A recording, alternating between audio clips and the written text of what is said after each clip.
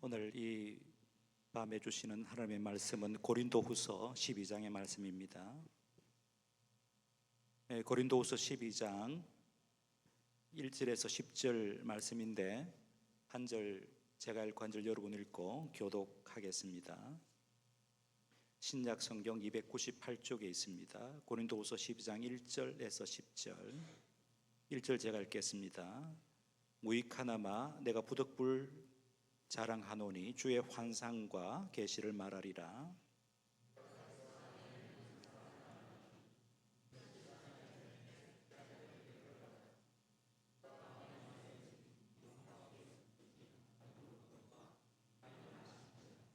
내가 이런 사람을 아노니 그가 몸 안에 있었는지 몸 밖에 있었는지 나는 모르거니와 하나님은 아시느니라.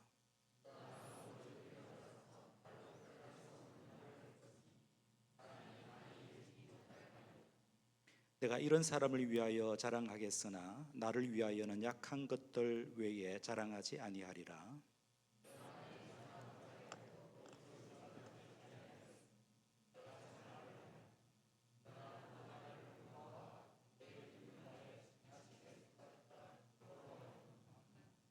여러 계시를 받은 것이 지극히 크므로 너무 자만하지 않게 하시려고 내 육체에 가시 곧 사탄의 사자를 주셨으니 이는 나를 쳐서 너무 자만하지 않게 하려 하심이라.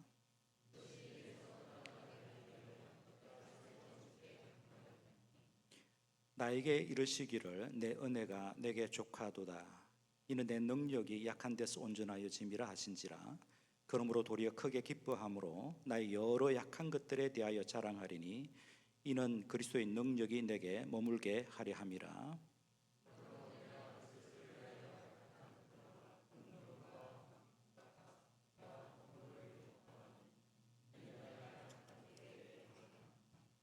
아멘. 그 은혜로 기도회에 저를 초대해 주셔서 감사합니다. 저도 함께 기도하는 시간을 갖게 되어서 너무나 감사합니다. 찬양팀과 함께 우리가 불렀던 찬송, 제일 마지막 찬송이 감사절기에 자주 부르는 복음송이죠. 날 구원하신 주 감사, 모든 것 주심 감사, 지난 추억 인해 감사, 주 내 곁에 계시네. 향기로운 봄철의 감사, 외로운 가을날 감사, 외로운 가을날도 감사, 사라진 눈물도 감사, 나의 영혼 평안해. 응답하신 기도 감사, 거절하신 것 감사, 기도에 응답받지 못해도 기도를 거절하셔도 감사, 헤쳐나온 풍랑 감사, 모든 것 채우시네. 아픔과 기쁨도 감사. 어떻게 아픔이 감사할 수 있을까? 절망 중 위로 감사, 청량 못할 은혜 감사, 크신 사랑 감사해. 길가의 장미꽃 감사, 장미꽃 가시 감사. 이게 언주겠죠. 장미꽃 가시도 감사. 따스한 가정 희망 주신 것 감사, 기쁨과 슬픔도 감사, 슬픔도 감사, 하늘 평안을 감사, 내일의 희망을 감사, 영원토록 감사해. 이 복음송 노랫말을 한마디로 요약하면 범사에 감사합니다라고 할 수 있겠습니다. 사도 바울은 범사에 감사하는 것이 하나님의 뜻이라고 하셨지요. 데살로니가전서 5장 18절 범사에 감사하라 이것이 그리스도 예수 안에서 너희를 향하신 하나님의 뜻이니라. 범사란 말은 모든 일이죠. 모든 일. 우리를 향하신 하나님의 뜻은 좋은 일만 아니라 굳은 일에도 감사하는 것입니다. 형통할 때만 아니라 시련의 때에도 감사하는 것이죠. 기도한 대로 응답받았을 때만 아니라 응답되지 않아도 감사하는 것이죠. 이게 우리를 향하신 하나님의 뜻입니다. 그런데 범사에 감사합니다라는 이 말을 두 어구로 나눌 수 있겠습니다. 그래서 감사합니다. 그래도 감사합니다. 그래서 감사합니다는 감사할 이유가 분명하기 때문에 감사합니다라는 뜻이죠. 조건적인 감사라고 할 수 있겠습니다.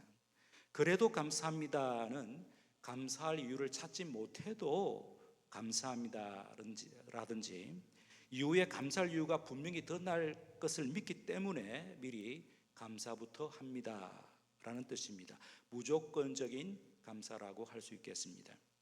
조건적인 감사인 그래서 감사합니다. 그리고 무조건적인 감사인 그래도 감사합니다. 이 둘 중에 그래도 감사합니다. 무조건적인 감사가 최고의 감사, 최선의 감사라고 할 수 있겠습니다. 하지만 그래서 감사합니다라는 고백도 대단한 감사이지요.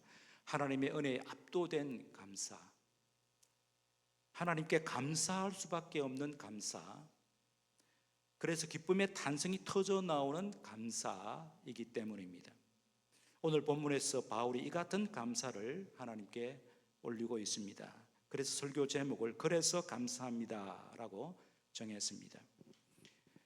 우리가 바울을 생각하면 아주 강인한 사람처럼 여겨집니다. 실로 바울은 2000년 기독교 역사에서 큰 족적을 남겼습니다. 그런데 고린도후서에서 보여주는 바울의 모습은 사뭇 다릅니다. 그는 우리처럼 자신의 연약함을 처절하게 절감했던 사람이었습니다. 대표적으로 몇 구절 들겠습니다. 고린도후서 10장 7절, 너희는 고린도 교회 성도들을 두고 하는 말입니다. 또는 바울의 사도권을 비방하는, 사도권을 의심하는 자들로 보면 되겠습니다. 너희는 외모만 보는도다. 겉모습만 본다는 거죠. 만일 사람이 자기가 그리스도에게 속한 줄을 믿을진데 자기가 그리스도에게 속한 것 같이 우리도 그러한 줄을 자기 속으로 다시 생각할 것이라. 겉모습만 보아서는 안 된다.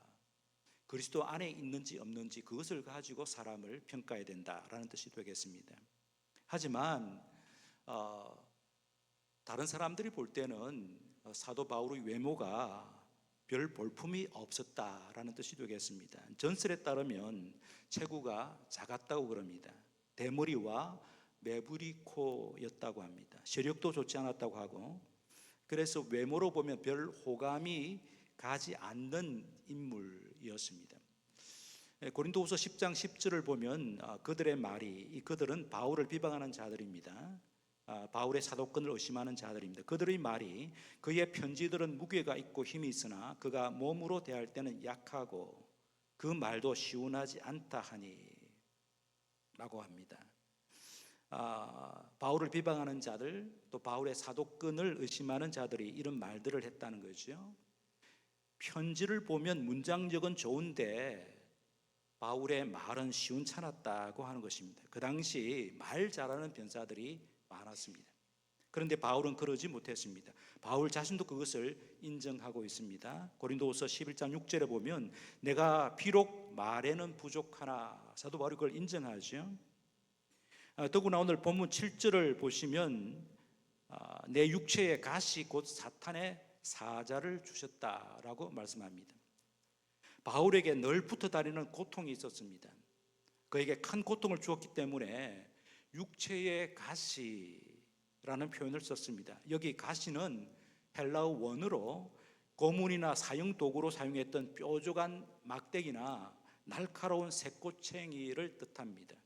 대못을 연상하면 되겠습니다. 바울은 그 고통스러운 가시를 사탄의 사자라고 말합니다. 성도와 교회의 최악의 원수가 사탄이죠. 사탄은 우리를 해칠 궁리받게 하지 않습니다.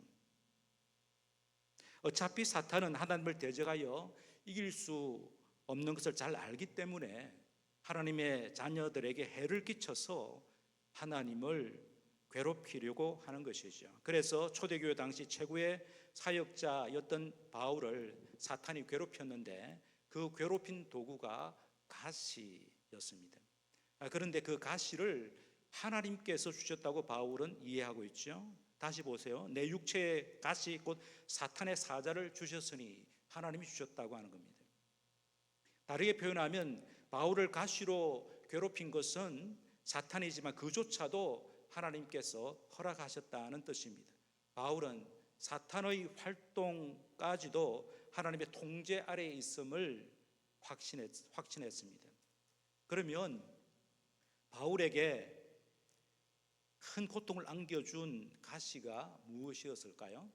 오늘 본문에서는 가시의 실체가 무엇인지 정확하게 알 수 없습니다. 학자들의 의견을 종합하면 대략 5가지로 압축할 수 있습니다. 터툴리안 같은 교부는 육체의 고통을 주는 고질병이었다. 안질, 이 바울은 안질이 좋지 않았고요. 또 간질도 있었을 것 같다. 아주 심한 두통에 시달렸을 것 같다라고 말합니다. 토마스 아퀴나스는 육체의 정욕에 대한 유혹이 가시다라고 생각했습니다. 마틴 루터는 영적 시련을 가리킨다.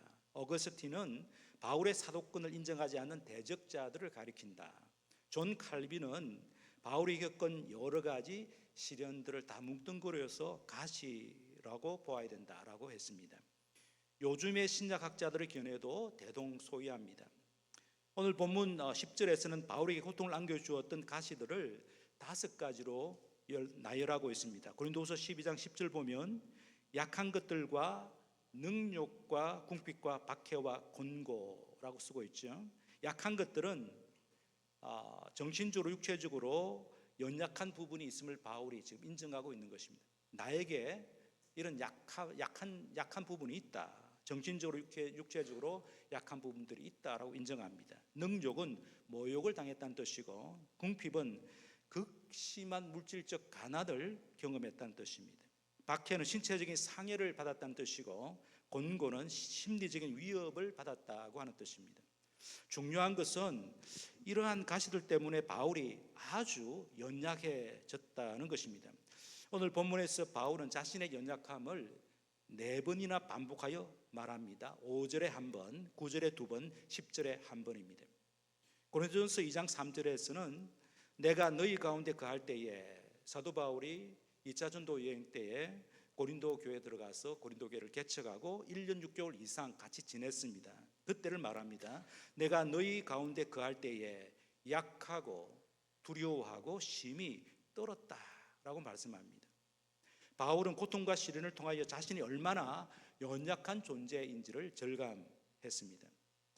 여러분은 어떻습니까? 강합니까? 약합니까? 사람치고 약점이 없는 사람 아무도 없지요.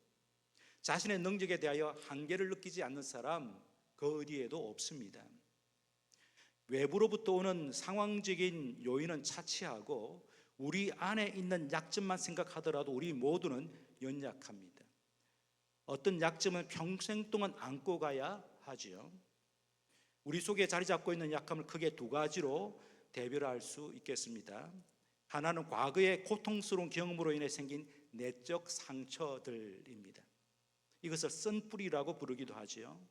가정에서, 학교나 직장에서, 교회 활동이나 선교 사역에서도 상처를 받을 수 있습니다. 이러한 상처들은 잊어버리고 싶지만 순간순간 떠오르기도 하지요. 그래서 지울 수 없는 상처로 남게 되고 그 상처가 자신의 발목을 잡고 앞으로 나아가지 못하게 합니다. 이처럼 상처에 매이게 되면 자존감이 떨어집니다. 상실감이 생기지요. 자신감이 상실됩니다. 인간 관계에도 주눅이 됩니다. 피해의식이 생깁니다. 사람이 미워집니다. 신앙을 갖고 있기 때문에 더더욱 내적 갈등이 깊어갑니다. 우리가 안고 있는 또 하나의 약함은 자신의 결점이나 장애 요인입니다. 신체적인 결함이나 장애, 언어장애, 발육장애, 지성이나 감성의 장애, 선천적인 장애, 사고 때문에 생긴 장애, 각종 질병 등이 그것입니다. 제가 30년간 담임 목사로 목회할 때에 성도의 가정마다 약함이 없는 가정이 없었습니다. 적어도 1-2가지 아픔을 갖고 있었습니다. 그것도 장기간 혹은 평생 가지고 가야 할 약함도 꽤 있었습니다. 결혼하신 분들, 결혼을 한 후에 여러분이 강해졌습니까? 아니면 연약함을 절감하게 되었습니까? 자신의 약함도 지기 힘든데 배우자의 약함까지 져야 하죠. 시댁이나 처갓집과의 관계도 만만치 않습니다. 자녀를 낳으면 어떻습니까? 아이를 키우면서 더더욱 자신의 연약함이 노출되죠. 부모가 된다는 것이 쉽지 않습니다. 직장 생활도 하면 할수록 힘겹습니다. 어떨 때는 정말 버티기 힘들 때도 있지요. 마음 같아서는 다 집어치우고 싶을 때가 있습니다. 승진을 하면 나을 것 같았는데 그런 것도 아닙니다. 자신의 한계를 절감합니다. 직장을 떠나 개인 사업을 해도 편할 날이 없습니다. 살 얼음판을 걷는 것과 같이요. 나이가 들면 몸이 따르지 않습니다. 여기저기 고장이 납니다. 자식들에게 짐이 되는 것 같아 마음이 편치 않습니다. 교회에서 집사가 되고 권사나 장로가 되고 전도사를 거쳐 강도사가 되고 목사가 되면 자신의 한계가 더더욱 드러나죠. 젊은 시절에는 교회를 향해 거침없이 비판했는데 이제 자신이 책임을 져야 할 위치에 서게 되었습니다. 그럼에도 그 책임을 제대로 감당하지 못하고 있는 자신을 볼 때에 연약함을 절감하게 됩니다. 그런데 이렇게 자신의 약함에 대해 고통하는 성도는 결국 하나님의 도움을 진지하게 구하게 됩니다. 이처럼 기도는 약함을 직면하는 과정에서 생기는 필연적인 결과라고 할 수 있습니다. 일본의 여류 소설가 미우라 아야코, 한자로서는 삼포능자라고 그러죠. 이 미우라 아야코는 독실한 크리스찬이었습니다. 그녀가 크리스찬이 된 것은 지독한 질병 중이었습니다. 20대에 결핵에 걸렸습니다. 이 결핵균이 척추에 침투하여서 병석에 누워 지내게 되었습니다. 그때에 성경을 읽게 되었고 회심하여 하나님의 자녀가 되었습니다. 20대 젊은 나이에 남다른 고통을 겪으면서 살아계신 하나님을 만나게 된 것이지요. 처절한 고통과 아픔이 오히려 전화위복이 된 셈입니다.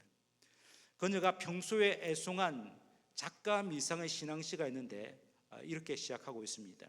자막을 보시면 아프지 않으면 드리지 못할 기도가 있습니다. 아프지 않으면 믿지 못할 기적이 있습니다. 아프지 않으면 듣지 못할 말씀이 있습니다.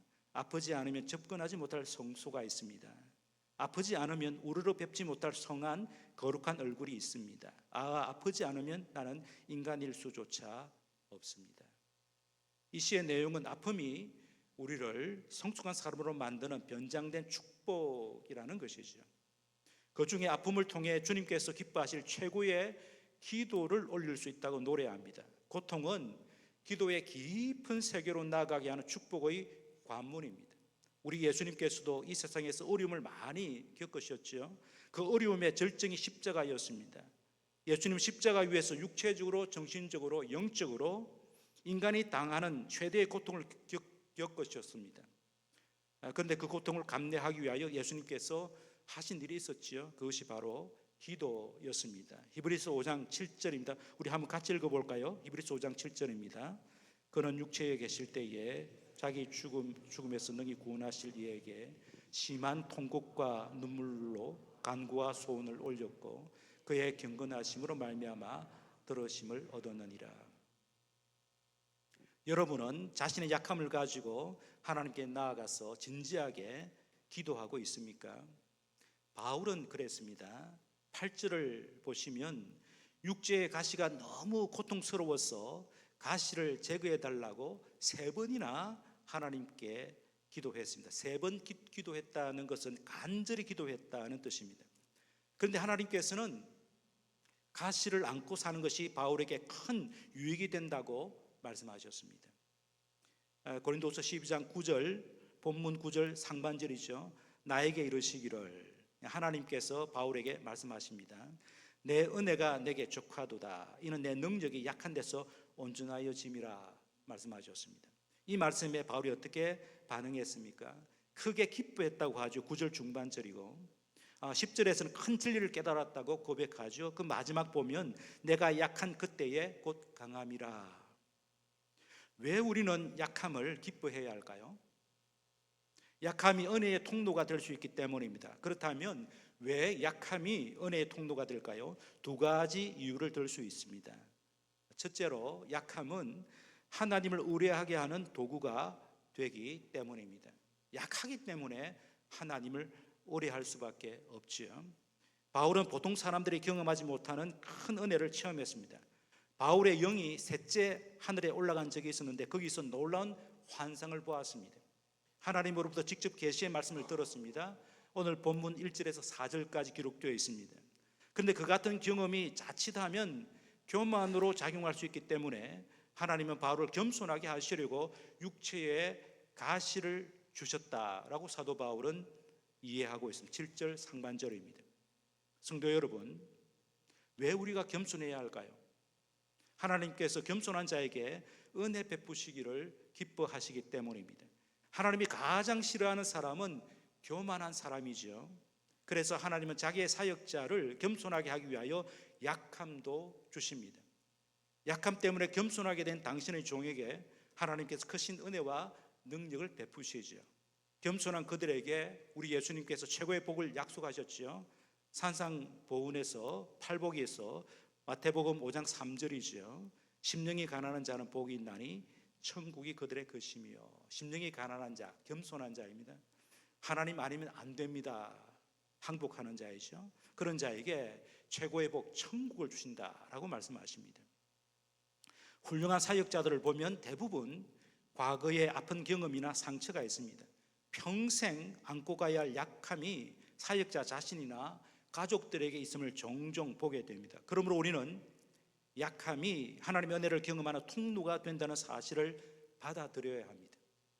약함은 하나님께서 우리를 겸손하게 하는 변장된 축복입니다.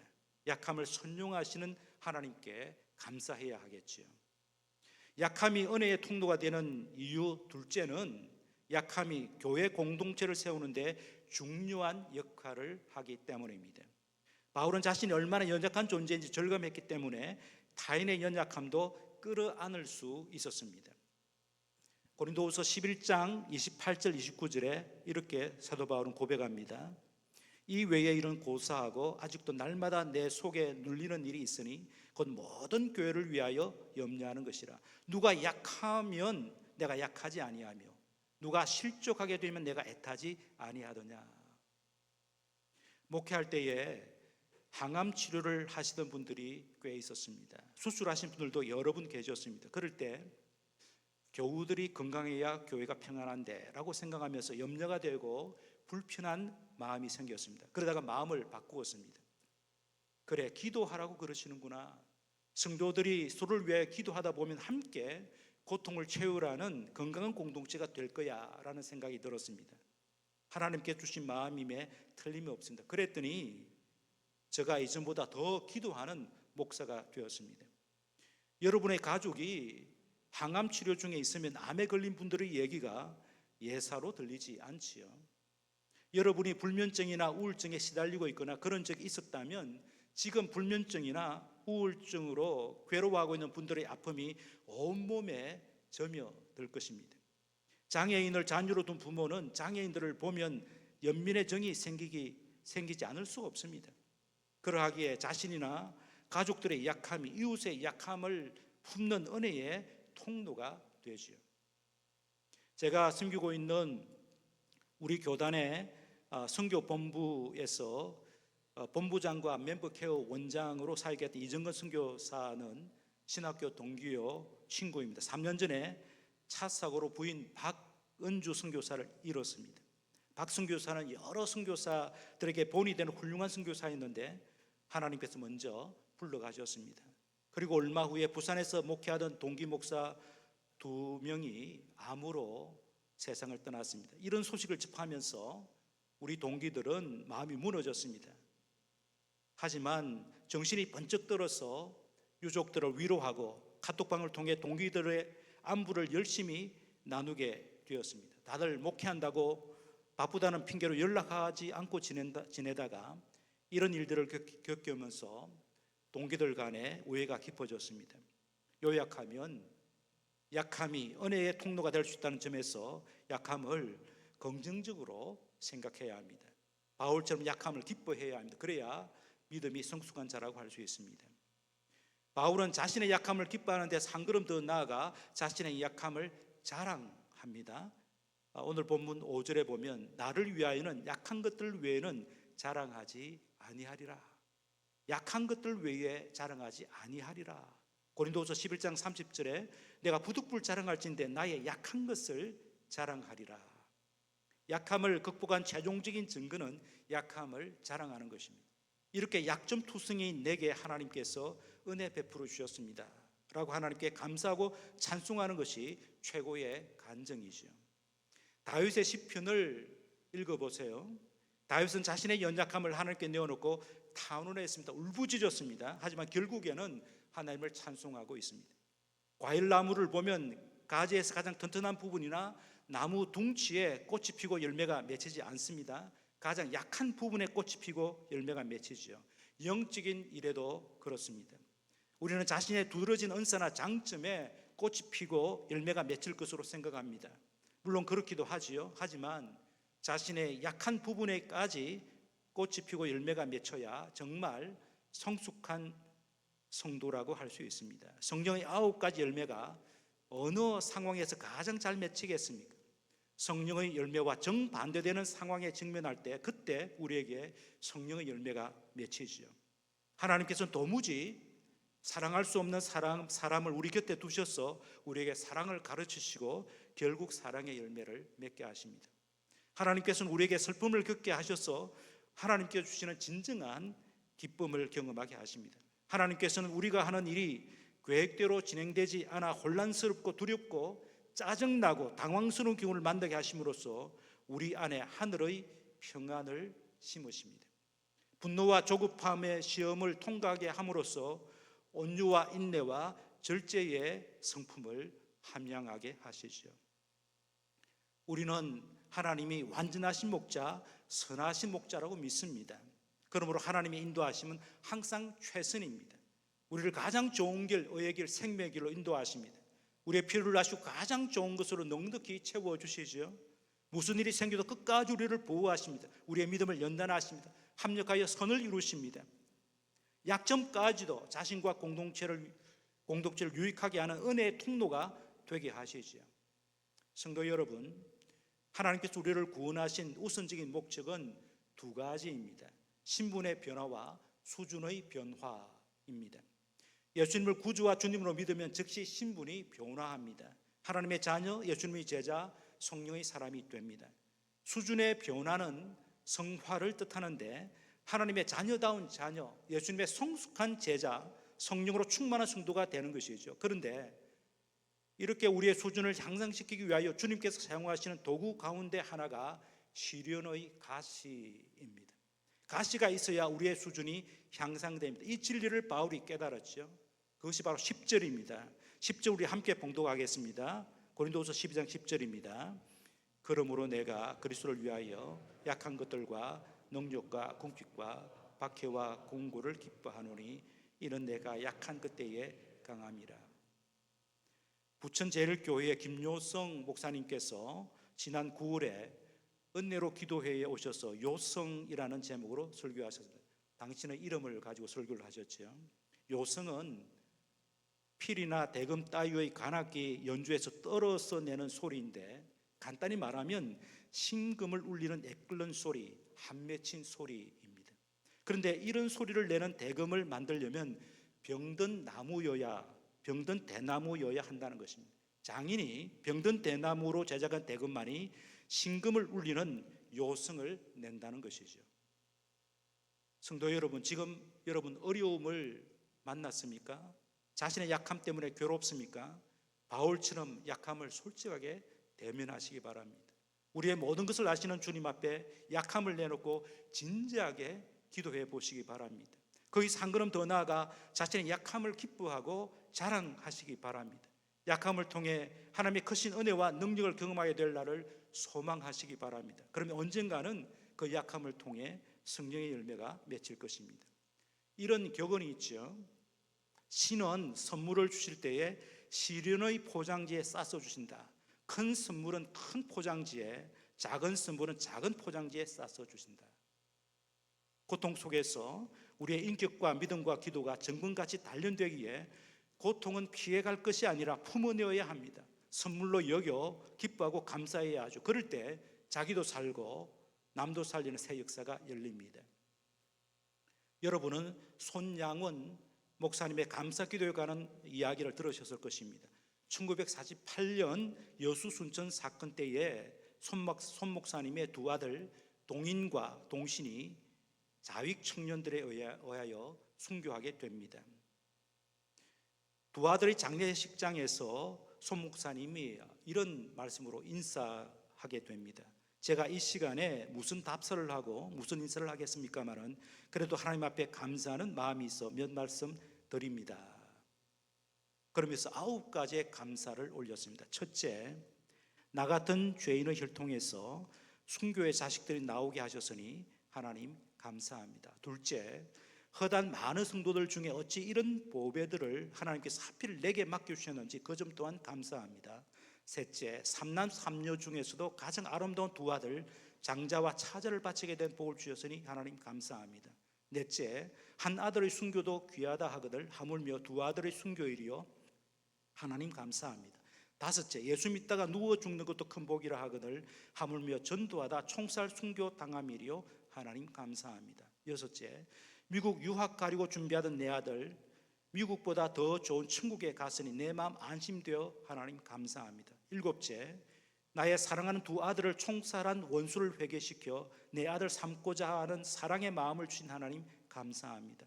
여덟째, 내 두 아들의 순교로 말미암아 무수한 천국의 아들들이 생길 것이 믿어지니 우리 하나님 감사합니다. 아홉째, 이 같은 역경 중에서도 이상 8가지 진리와 하나님 사랑을 찾는 기쁜 마음, 여유 있는 믿음을 주신 우리 주 예수 그리스도께 감사합니다.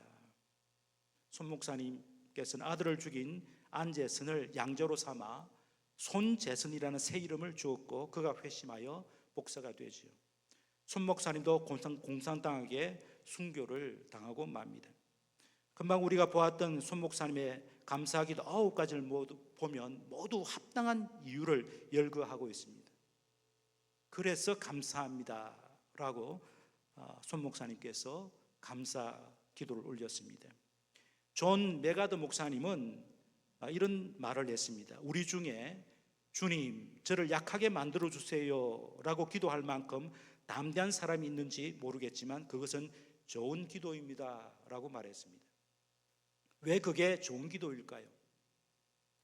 그리스도인의 사역 방식이 강자의 모습이 아니기 때문입니다. 십자가의 방식이 아닌 자신의 강함으로 일을 하면 결국 하나님의 대적이 될 수 있음을 알아야 하죠. 하나님은 우리를 통해서 일하시는데 여기에 중요한 전제가 있습니다. 십자가로 죽은 나, 즉 연약한 나를 통해 일하신다는 것입니다. 신앙생활에 있어서 중요한 것은 힘을 빼는 것이죠. 하나님은 야곱의 허벅지 관절을 쳐서 그의 힘을 빼셨습니다. 힘을 빼야 하나님의 도구가 되는데 그렇게 하도록 하나님께서 우리에게 주신 선물이 있습니다. 그 선물이 바로 기도입니다. 기도를 통해 힘이 빠지고 부서지고 낮아지고 비워진 우리 안에 하나님의 능력이 임하고 은혜의 역사가 나타납니다. 연약함을 끌어안고 기도하는 자는 하늘의 신령한 은혜를 누리게 되지요. 십자가를 지신 예수님, 죽음에서 부활하신 예수님을 생생하게 만나게 됩니다. 복음의 비밀을 체득하게 됩니다. 언제 어디서든지 복음 안에서 예수님 안에서 살아갑니다. 예수님의 사랑 안에서 승리의 확신과 견고한 평안을 누리게 되죠. 그래서 범사에 감사하는 사람이 됩니다. 우리가 잘 아는 히브리 14장 15절 16절입니다. 우리에게 있는 대제사장 예수님이죠. 예수님은 우리의 연약함을 동정하지 못하실 리가 아니요 모든 일에 우리와 똑같이 시험을 받으신 이유로되 죄는 없으시니라. 그러므로 우리는 긍휼하심을 받고 때를 따라 돕는 은혜를 얻기 위하여 은혜의 보좌 앞에 담대히 나아갈 것이니라. 성도 여러분, 우리의 약함을 끌어안고 주님께 나아가 기도하면 약함이 변장된 축복임을 깨닫게 됩니다. 때를 따라 돕는 주님의 은혜를 생생하게 경험하게 됩니다. 그래서 바울처럼 나의 나 된 것은 오직 하나님의 은혜입니다 라고 하나님께 감사하게 되죠. 이것이 하나님께서 기뻐하시는 올바른 감사입니다. 오늘만 아니라 매일 하나님께 나아가 감사할 이유들을 발견하셔서 바울처럼 몸과 마음을 다 바쳐 하나님께 감사하는 저와 여러분 되시기를 축복합니다. 기도하기 전에 우리가 찬송 하나 부르겠습니다. 날마다 숨쉬는 순간마다